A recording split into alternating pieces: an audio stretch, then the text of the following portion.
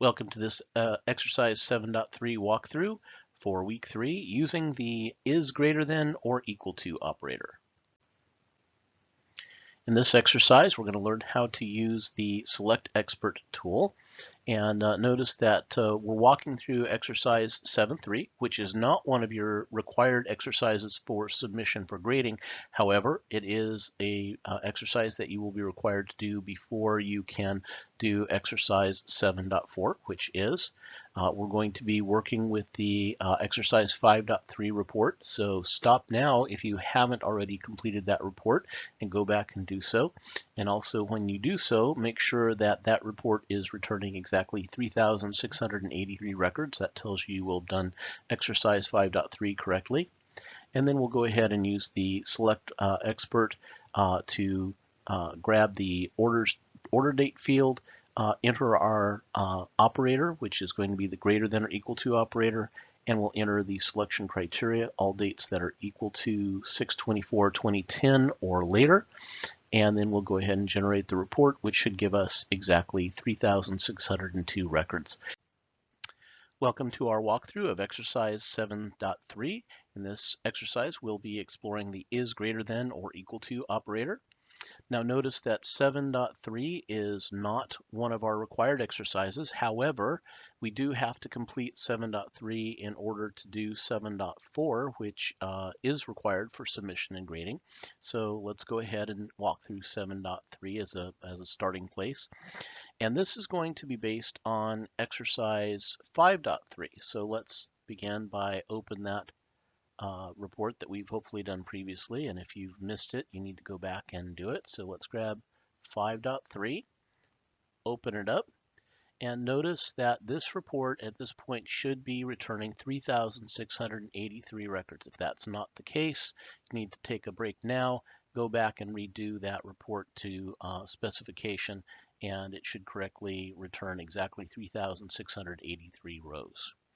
Okay, if you're at that step, then we need to start the selection expert, and we can find that under report and come down to select expert, and we're going to be selecting on a record basis, and we want to work on a filter for the order date. So let's find orders.orderDate and tell it OK.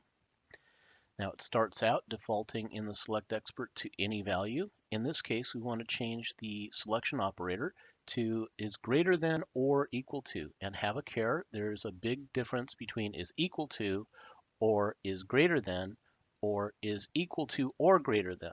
And in this case, we want to make sure we get is greater than or equal to.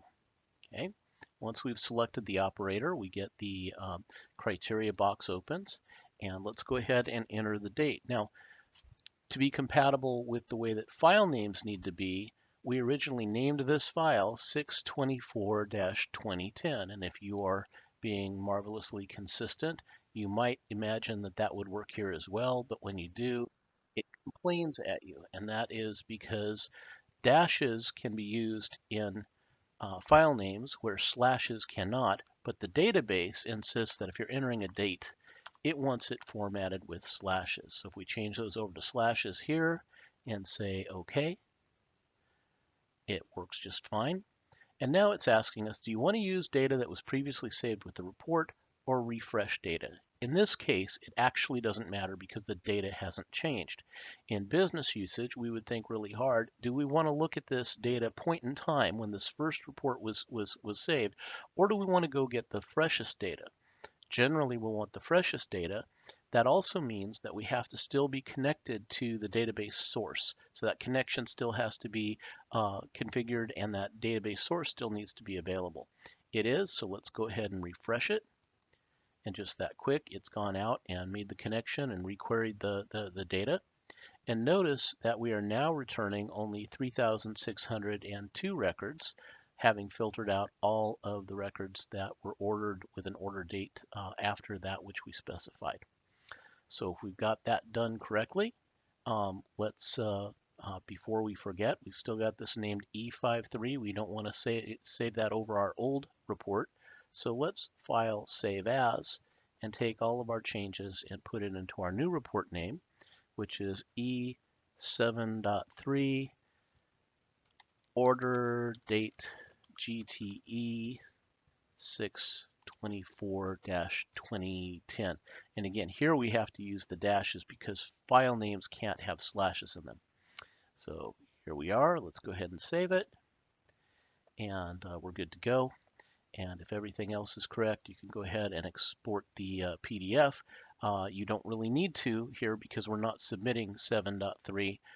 We'll be doing this in 7.4 is where you're going to want to export your PDF to submit that completed report.